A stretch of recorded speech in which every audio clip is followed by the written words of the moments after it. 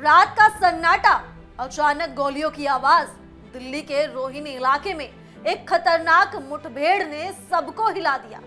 क्या आप सोच सकते हैं कि बिहार के 4 मोस्ट वांटेड अपराधी जो सिग्मा एंड कंपनी गैंग से जुड़े थे, इतने लंबे समय तक पुलिस की पहुंच से कैसे बचते रहे? तो वही अपराधी अब एक रात में ढेर हो गए हैं। ये एनकाउंटर सिर्फ अपराधियों का अंत नहीं, बल्कि एक बड़ी साजिश को नाकाम करने की कहानी भी है। नमस्कार दोस्तों, आप देख रहे हैं इंडिया डेली का डिजिटल प्लेटफॉर्म और मैं हूं आपके साथ तान्या त्यागी। नमस्कार दोस्तों, मेरा नाम है चित्रांजलि। जी हाँ, आज हम बात करने जा रहे हैं, आपको बताएंगे कि दिल्ली के रोहिणी इलाके में हुई उस रात की कहानी जिसने पूरी राजधानी में हड़कंप मचा दिया। रोहिणी की शांत रात अचानक गोलियों की आवाज से गूंज उठी और इसके पीछे थे बिहार के 4 मोस्ट वांटेड अपराधी जो सिग्मा एंड कंपनी नामक कुख्यात गिरोह से जुड़े हुए थे। पुलिस को खुफिया जानकारी मिली थी कि ये गिरोह बिहार विधानसभा चुनाव से पहले किसी बड़ी साजिश की योजना बना रहा है और इसी जानकारी के आधार पर दिल्ली और बिहार पुलिस की संयुक्त टीम ने रात करीब 2:20 पर डॉक्टर अंबेडकर चौक और पंसाली चौक के बीच बहादुर शाह मार्ग पर एक योजनाबद्ध कार्रवाई की। इस कार्रवाई में लगभग 15 मिनट तक चली फायरिंग के बाद चारों अपराधियों को ढेर कर दिया गया। बिल्कुल, इस एनकाउंटर की सबसे बड़ी विशेषता ये थी कि पुलिस ने पूरी सावधानी और रणनीति के साथ कार्रवाई की। किसी भी निर्दोष नागरिक को नुकसान ना पहुंचे, इसके लिए इलाके को पूरी तरह घेरा गया।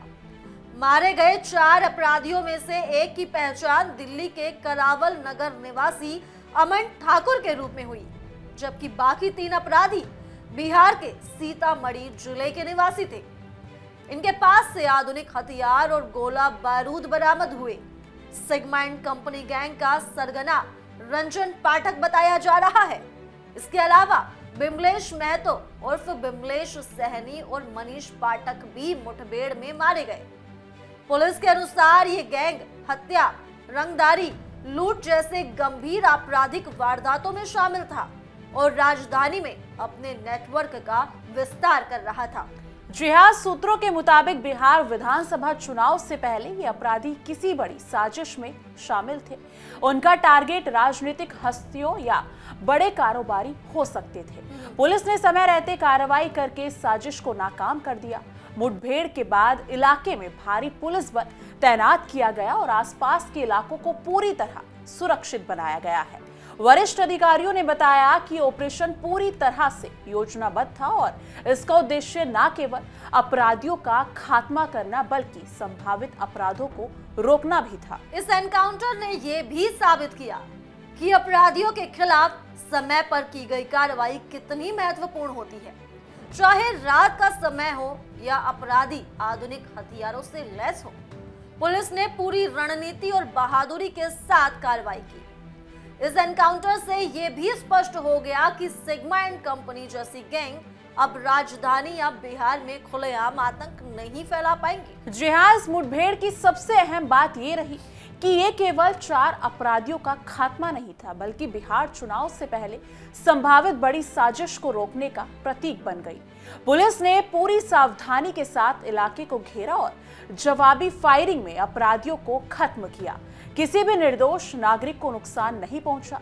एनकाउंटर ने संदेश दिया कि अपराधियों के खिलाफ कानून हमेशा मजबूत है और सुरक्षा बल समय रहते कार्रवाई करने में सक्षम है। वहीं मुठभेड़ के बाद पुलिस ने इलाके में अतिरिक्त सुरक्षा बल तैनात किए और आसपास के निवासियों को सुरक्षा की गारंटी भी दी। डीसीपी संजीव यादव के नेतृत्व में बीते रात में बिहार में 4 वांछित अपराधी जिनकी सूचना सीतामढ़ी पुलिस के जरिए क्राइम ब्रांच को मिली थी, उनके साथ एक बीते रात में इनकाउंटर हुआ है जिसमें चारों लोग इंजर्ड हुए। ये चारों लोग जो वांछित थे बिहार में सीतामढ़ी में, वहाँ पर इन्होंने कई सारे क्राइम में ये लोग इन्वॉल्व थे। इनकी इन्फॉर्मेशन बिहार पुलिस के जरिए आई थी और इनकी बिहार पुलिस की एक टीम भी यहाँ पर दिल्ली में मौजूद थी टीम के साथ में। इन चारों लोगों को टेक्निकल इंटरसेप्शन के बेस पर इनकी लोकेशन ली जा रही थी लगातार, लेकिन ये लगातार पुलिस को चकमा दे रहे थे। बीते रात में करीब 2 बजे के आसपास रोहिणी में बहादुर शाह जफर मार्ग पर बेगमपुर जो थाना का इलाका पड़ता है उसमें इनका मूवमेंट लोकेट किया गया था। तो उस समय पुलिस की जो पार्टी थी वहां पर उसने इनको रुकने का एक आग्रह किया था, जिस पर उन्होंने जवाबी कार्रवाई में पुलिस की टीम पर फायरिंग की। पुलिस की टीम पर फायरिंग होने पर सेल्फ डिफेंस में पुलिस ने भी, दिल्ली पुलिस की टीम ने सेल्फ डिफेंस में इन पर फायरिंग किया, जिसमें ये चारों लोग इंजर्ड हो गए। इन चारों को इंजर्ड फॉर्म में तुरंत ही इमीडिएटली हॉस्पिटल में शिफ्ट किया गया और हॉस्पिटल में जहां डॉक्टर ने इनको डेड डिक्लेयर कर दिया, करीब 3:15 बजे के आसपास इनको डेड डिक्लेयर कर दिया गया था। इनके पोजीशन से 4 सेमी ऑटोमेटिक पिस्टल और 1 कंट्री मेड पिस्टल रिकवर हुई है। 1 बोलेनो कार इनसे रिकवर हुई है और आगे की तफ्तीश इसमें रोहिणी जो थाना जिला पड़ता है, इसमें बेगमपुर थाना पड़ता है, रोहिणी जिला का जो डीसीपी के नेतृत्व में अभी आगे की तफ्तीश इसमें जारी है और बिहार पुलिस के सीनियर अधिकारियों को भी इसमें इन्फॉर्म कर दिया गया है। जो 4 आदमी जो मरे हैं उनके नाम रंजन पाठक हैं। ये पिछले 3 महीने में जो बिहार पुलिस से मिली सूचना के आधार पर पिछले 3 महीने में 5 बड़े ही ड्रेडेड मर्डर के केस वहाँ पर इंसिडेंट हुए हैं, मर्डर और एक्सटॉर्शन के केस हुए हैं। पहला जो मुकदमा बताया गया वो बाजपट्टी थाना है, जिसमें 176 नंबर मुकदमा है। 18 जुलाई का केस बताया गया ये, जिसमें 6 गोली मारकर एक शख्स की वहां पर हत्या कर दी गई थी, सुपारी किलिंग थी ये भी। पुलिस का कहना है कि अब इस गैंग की गतिविधियों पर पूरी तरह रोक लग गई है और कोई भी आपराधिक योजना सफल नहीं हो पाएगी। ये एनकाउंटर कानून और सुरक्षा बल की शक्ति का प्रतीक बन गया है। तो दोस्तों, रोहिणी एनकाउंटर ने यह भी स्पष्ट कर दिया है कि समय पर और सही खुफिया जानकारी के आधार पर की गई कार्रवाई अपराधियों के खिलाफ सबसे प्रभावी उपाय है। यह घटना सिर्फ एक पुलिस की बहादुरी का प्रमाण नहीं है, बल्कि कानून और व्यवस्था के महत्व को भी उजागर करती है। एनकाउंटर की कार्रवाई से ये साफ हो गया है कि राजधानी में अपराधियों का नेटवर्क अब पूरी तरह नष्ट हो चुका है। ये घटना सुरक्षा बलों की तत्परता और कुशलता का उदाहरण है। पुलिस ने ये सुनिश्चित किया कि किसी भी निर्दोष नागरिक को नुकसान ना पहुंचे। जहां समय समय पर देखने को मिलता ही रहता है कि कोई ना कोई गैंग से जुड़ा कोई ना कोई कुख्यात गैंगस्टर आता ही रहता है और इस तरह की घटनाओं को अंजाम देता रहता है, लेकिन ये गैंगस्टर भूल जाते हैं कि कानून के हाथ कितने लंबे हैं जो एक दिन उन्हें धड़ दबोचेंगे। जी हाँ दोस्तों, इस एनकाउंटर ने ये संदेश भी दिया है कि जब कानून और खुफिया विभाग मिलकर काम करते हैं तो अपराधियों की किसी भी योजना को अंजाम देना असंभव हो जाता है।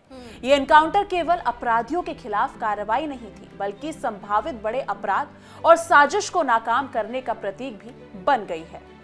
मुठभेड़ के बाद इलाके में सुरक्षा बढ़ा दी गई और पुलिस ने पूरे इलाके को घेर लिया।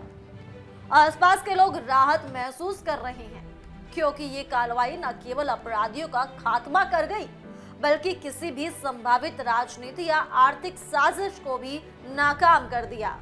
तो दोस्तों, ये एनकाउंटर ये साबित करता है कि कानून और सुरक्षा बल हर परिस्थिति में मजबूत है और नागरिकों की सुरक्षा के लिए हमेशा तत्पर रहते हैं। 4 मोस्ट वांटेड अपराधियों का खात्मा केवल एक घटना नहीं है, बल्कि ये सुरक्षा और न्याय का प्रतीक भी बन गया है। तो दोस्तों, ये थी दिल्ली रोहिणी एनकाउंटर की पूरी कहानी। 4 मोस्ट वांटेड अपराधियों का खात्मा, बिहार चुनाव से पहले संभावित साजिश का नाकाम होना और पुलिस की कुशल और योजनाबद्ध कार्रवाई। इस घटना ने यह साबित किया कि कानून और सुरक्षा बल हर परिस्थिति में मजबूत है और नागरिकों की सुरक्षा के लिए हमेशा सतर्क रहते हैं। जी हाँ, इस खबर को लेकर आपकी क्या राय है, आप क्या कहना चाहते हैं, कमेंट सेक्शन में जरूर साझा कीजिएगा। बाकी बने रहिएगा इंडिया डेली के डिजिटल प्लेटफॉर्म पर हमारे खास शो तहकीकात हर खबर की तह तक।